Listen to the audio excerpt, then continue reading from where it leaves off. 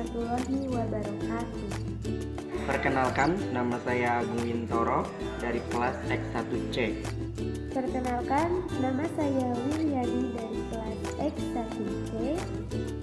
Perkenalkan, nama saya Fitri Anggraeni dari kelas X1C. Kami dari kelompok 8 pengantar pendidikan.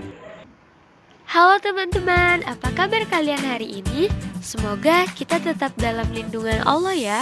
Kali ini kami kelompok 8 pengantar pendidikan akan membahas tentang pendidikan karakter.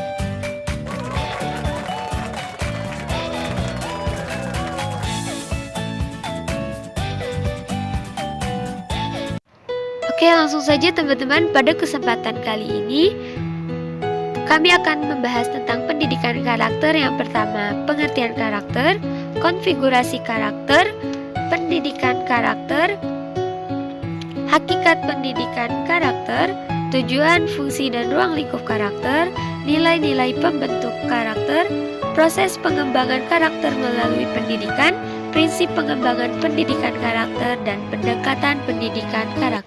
Baik teman-teman, sebelum kita mendengarkan pemaparan-pemaparan yang akan disampaikan oleh kelompok 8, ada baiknya mari kita berdoa menurut agama dan kepercayaan masing-masing. Semoga pembelajaran kita pada hari ini diberkahi oleh Allah dan ilmu kita senantiasa ditambahkan oleh Allah Subhanahu wa taala. Berdoa dimulai. Berdoa selesai.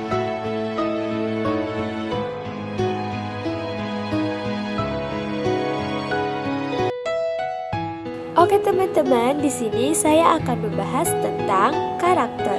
Apa sih itu karakter? Karakter menurut bahasa berasal dari bahasa Yunani, yaitu tukma, yang berarti menandai dan memfokuskan bagaimana mengaplikasikan nilai kebajikan dalam bentuk tindakan atau tingkah laku.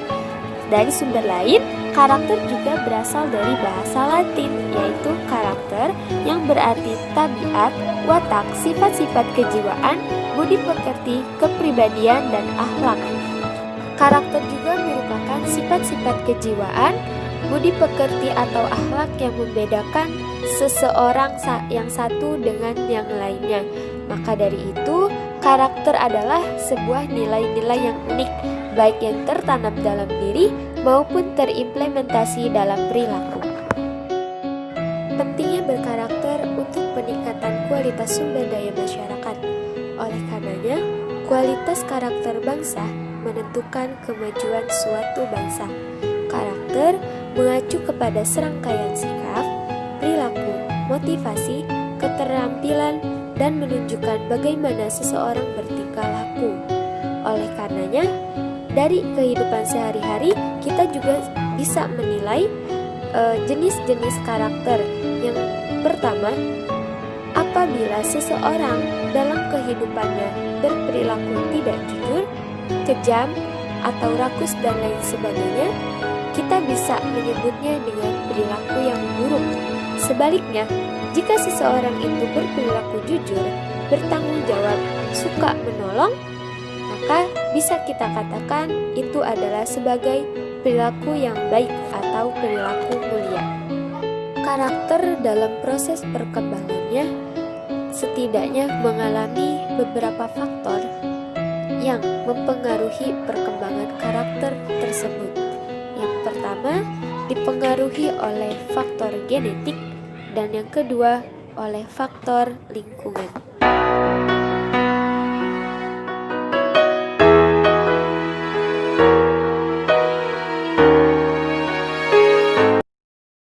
B. Konfigurasi karakter.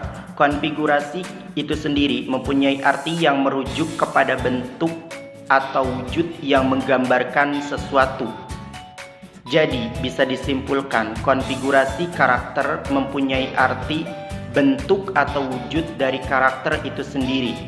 Dalam konteks totalitas psikologis dan sosial kultural, tersebut dapat dikelompokkan ke dalam 4 bahasan. Yang pertama, olah hati. atau bisa disebut spiritual and emotional development, yang mencangkup beriman, bertakwa, jujur, amanah, adil, bertanggung jawab, berempati, berani mengambil resiko, pantang menyerah, dan berjiwa patriotik. Yang kedua, olah pikir atau bisa disebut intellectual development, yang mencangkup kecerdasan, kritis, kreatif, inovatif, ingin tahu yang tinggi, dan berpikir terbuka. Yang ketiga, olahraga dan kinestetik atau bisa disebut visual and kinesthetic development, yang mencangkup kebersihan dan kesehatan, disiplin, sportif, tangguh, handal, dan gigih.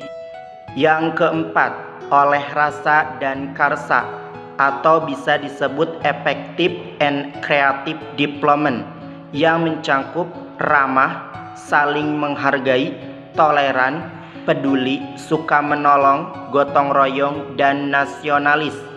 Keempat, proses psikologis tersebut satu dengan yang lainnya saling berkaitan dan saling memperkuat. Karena itu, karakter atau sifat selalu bersifat multiplek atau bentuk jamak.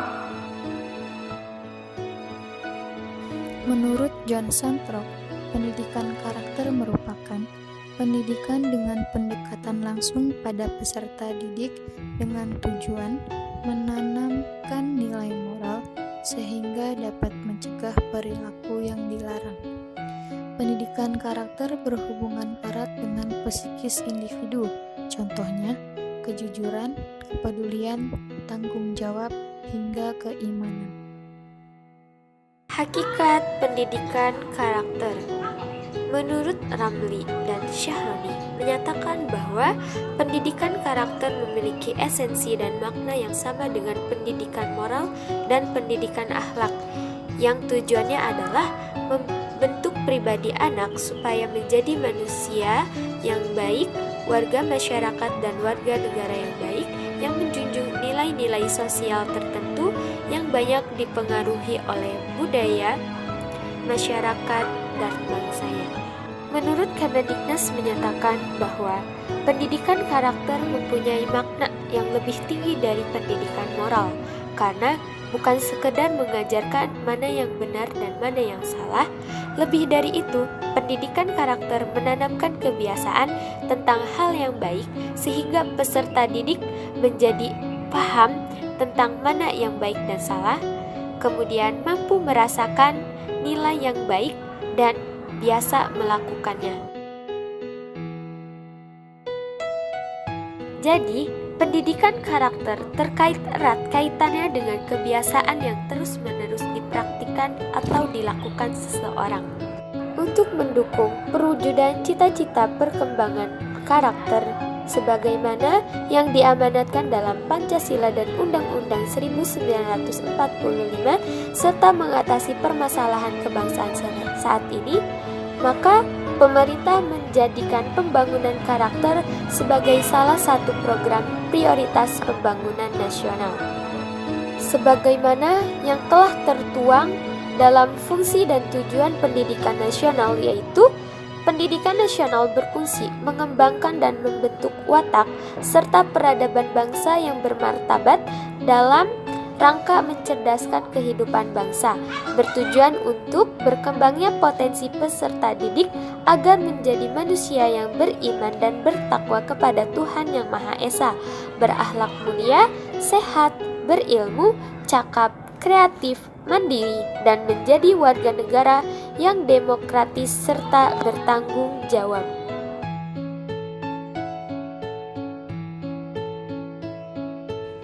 Tujuan pendidikan karakter adalah untuk membangun karakter bangsa agar mampu mewujudkan nilai-nilai luhur Pancasila. Pendidikan karakter sebagai pilar kebangkitan bangsa, raih prestasi, junjung tinggi budi pekerti. Hardiknas 20 Mei 2011. Untuk selanjutnya, fungsi pendidikan karakter. Seperti yang sudah dijelaskan sebelumnya, fungsi pendidikan karakter dibagi menjadi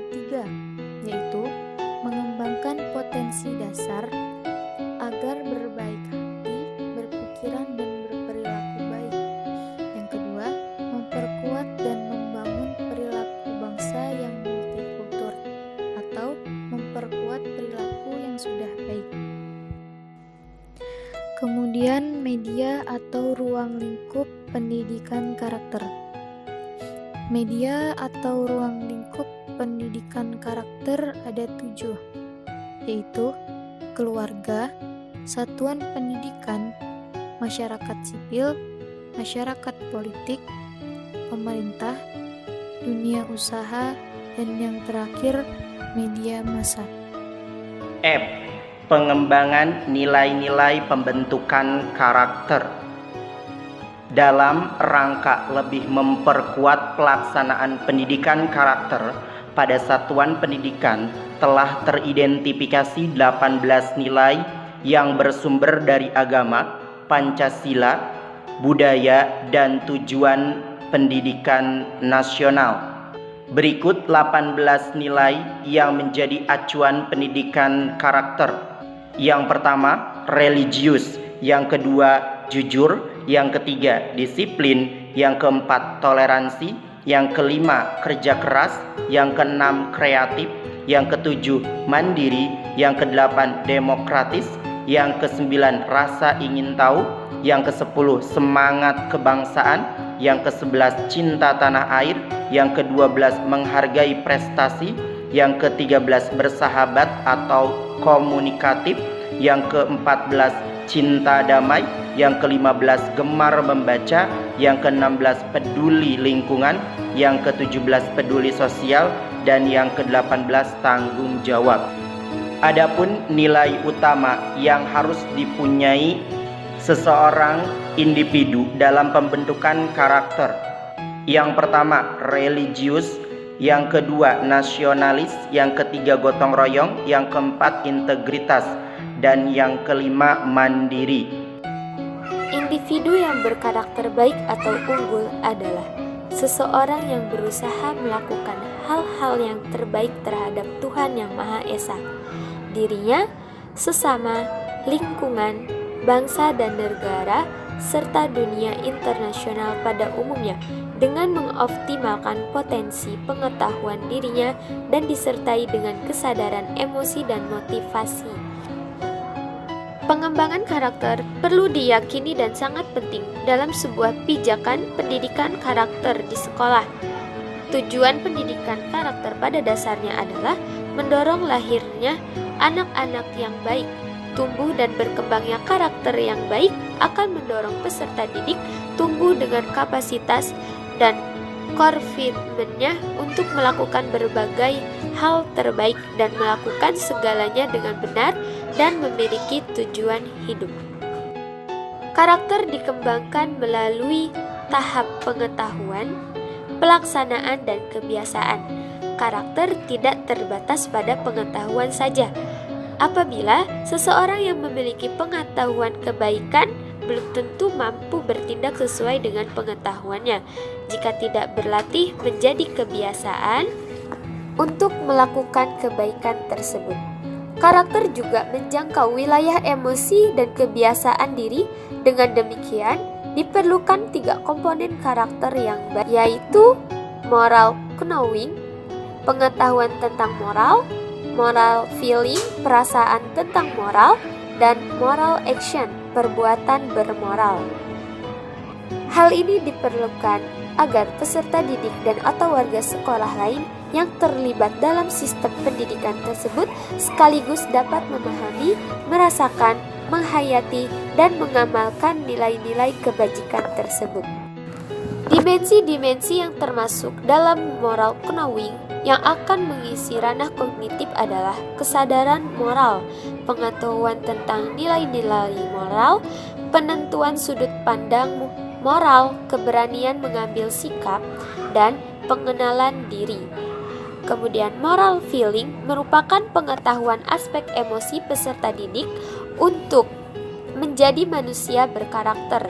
Penguatan ini berkaitan dengan bentuk-bentuk sikap yang harus dirasakan oleh peserta didik, yaitu kesadaran akan jati diri, percaya diri, kepekaan terhadap derita orang lain, dan kebenaran. Pengendalian diri, kerendahan hati. Moral action merupakan perbuatan atau tindakan moral yang merupakan hasil dari dua komponen karakter lainnya. Untuk memahami apa yang mendorong seseorang dalam perbuatan yang baik, maka harus dilihat tiga aspek lain dari karakter, yaitu kompetensi, keinginan, dan kebiasaan.